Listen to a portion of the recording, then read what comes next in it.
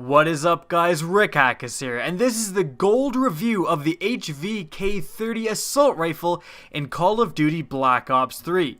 Now in this video we are going to be going over a general weapon overview. Next we're going to be going over the damage profile, aka the killing potential of this gun. Next we're moving on to the best attachments to use for this weapon. After that we're going to go over some gold camo tips helping you guys to get gold camo on the HVK. And lastly we're going to go over the closing thoughts, aka is this weapon actually good? Now let's get started with the weapon overview. The HVK-30 is definitely Black Ops 3's close-range assault rifle. It is the highest rate of fire fully automatic assault rifle and therefore will give you the most ease of use when you are engaging enemies at closer ranges. Now this weapon can struggle at longer ranges, however I think the key factor of this weapon that attracts people to the HVK-30 is simply its ease of use. It's a very average, fully automatic assault rifle that doesn't require any sort of specialty to use. Anyone can pick up the HVK and do well with it. You just have to point and click. Now let's move on to the actual damage profile of the HVK-30. This weapon is going to do 30 maximum damage out to 42 meters and then drop down to a minimum damage of 22. 42 meters is actually far. In fact, it ties with the ICR-1, and this is what it looks like. This is your maximum kill potential. You want to always engage enemies within this distance. This is combined with the highest rate of fire out of all of the fully automatic assault rifles at 723 rounds per minute. Now this all equates to a maximum time to kill of 0.249 seconds, which is actually the second lowest in class. The only time to kill lower than the HVK is the ICR-1. Now although that certainly doesn't sound great, it's actually not as bad as you'd think, and the reason being is because other assault rifles that beat out the HVK, like the XR2, like the M8, they can kill in, for example, one burst, and although their burst killing potential is extremely fast, if they miss a burst or if they even miss one round of a burst and have to fire a second one, their time to kill drops down dramatically, whereas the HVK, because it's fully automatic, stays remarkably consistent. Again, this weapon emphasizes ease of use over raw power level. Now let's move on to the best attachments for the HVK. Now one of the things I see most often on HVKs is definitely grip. The HVK does bounce around quite a bit when it comes to recoil, and it can be hard to engage enemies at further distances. Now the grip is supposed to correct this, increasing accuracy when aiming down sights. However, during my actual testing, I found the grip to not have any sort of dramatic effect on accuracy. However, in practice, through actually utilizing this weapon for a long period of time, obviously I got gold with it, I can definitely notice an increased accuracy and increase to the ease of engaging enemies at further ranges when using grip. However, I wouldn't say that is as necessary as I originally thought, but if you do find the HVK a little bit too inaccurate, grip will definitely help. I think that one of the best attachments for this weapon is definitely quick draw. Quick draw is going to let you aim down sights faster, and when using something like an HVK, because it's very good in closer ranges, you do need to be able to aim down sights as quickly as possible and start engaging enemies, because you're going to be versing SMG users, which are going to naturally aim down sights faster than assault rifles, so you need to try to lessen the gap between those two weapons so you can compete better with those SMG users. Now another attachment I would definitely consider using is silencer. Now although I'm not really a huge fan of silencer on any assault rifle, statistically the HVK is probably one of the best weapons to actually put silencer on. It's going to dramatically decrease the range, however your 4-shot kill distance, as you've seen, is pretty insane, and even halving that is not going to be that bad. You have a high rate of fire, you're only going to lower your shots to kill by 1, and having that extra degree of stealth is definitely a benefit. So if you're someone who enjoys using silencer, definitely try putting it on the HVK.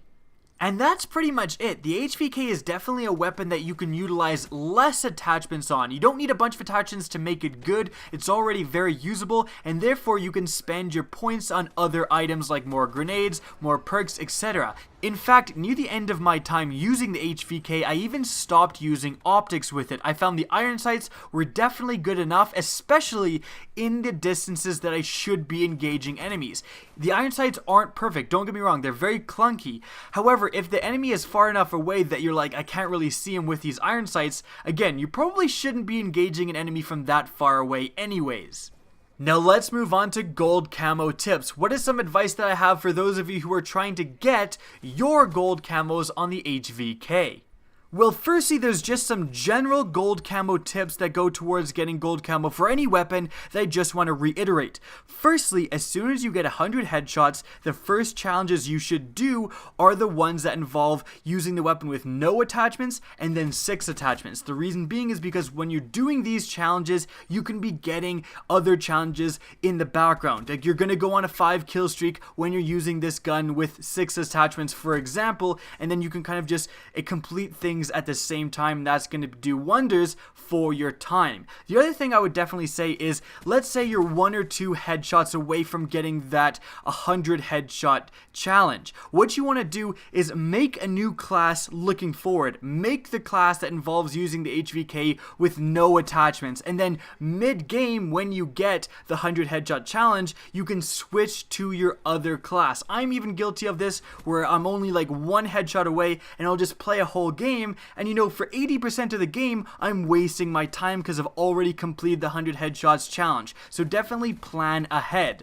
Now for the HVK, the thing that you're going to have the most trouble with probably is long shots. Like I've said, the sight bounces around like crazy, and long shots, although it is possible to just get normal long shots and normal core, it definitely isn't advisable, and especially if you're versing ICR or Shiva users, you're just going to be outshot all the time. You definitely want to make a dedicated long shot class like I did. I used the variable zoom sight and went into hardcore domination and was easily able to pound out like 6+ long shots in one game and get my long shot challenge done, which got me the gold camo. So it's definitely what I would recommend that you guys do as well. Don't try to just utilize this gun as normal and try to get long shots in normal core, because it will take forever and it will suck.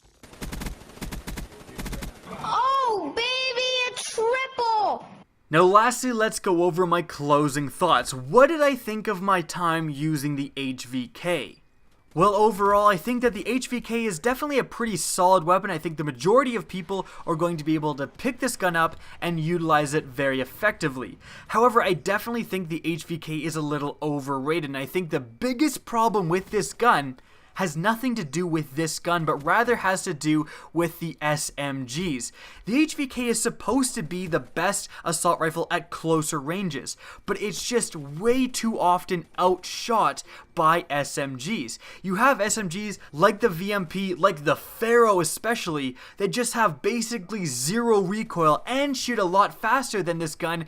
And again, you're at medium ranges, you're at ranges where you're engaging enemies and you think, well, I should be winning, I have an assault rifle, I should be winning over this SMG user, and then you just lose the gunfight and you're kind of thinking, well, how the hell did I die there? You watch the kill cam and then you remember, oh yeah, this VMP with grip has 0 recoil. So that is the main problem with the HVK, is you're competing with all of these insanely accurate SMGs that are just out shooting you way too often. Now yes, you will win more gunfights in medium range than when using an SMG, but I just don't like how often you're outshot by things like the Pharaoh. And in fact, the SMGs are so good right now, often it's just better to use an SMG like a VMP, like a Pharaoh, like a Razorback over using the HVK. I think that a slight rate of fire increase, kind of buffing the rate of fire closer to 800, would definitely make this weapon a little bit more competitive when it comes to close range gunfights. Now that's it for the video. I hope you guys enjoyed and found this video insightful. If you did, please remember to rate and share this video. It really helps me out. And if you want to see more Black Ops 3 content, don't be afraid to slap that subscribe button. Now if you want to get in touch with me, keep up to date with the latest channel activity, the best way is to follow me on Twitter. That's linked in the video description, as is my Twitch channel, which you can follow as well. Again, I hope you enjoyed the video, and as always, have a good day. We need to make it to round 12. Hold on. I have to go unplug my SCUF controller, get my control freaks out, get in my DXR gaming chair, and anything else that makes me a better player. I gotta go do that real quick. Oh yes, I need to go get my tub of G Fuel. I have the pineapple flavor. It's so good. Oh my god.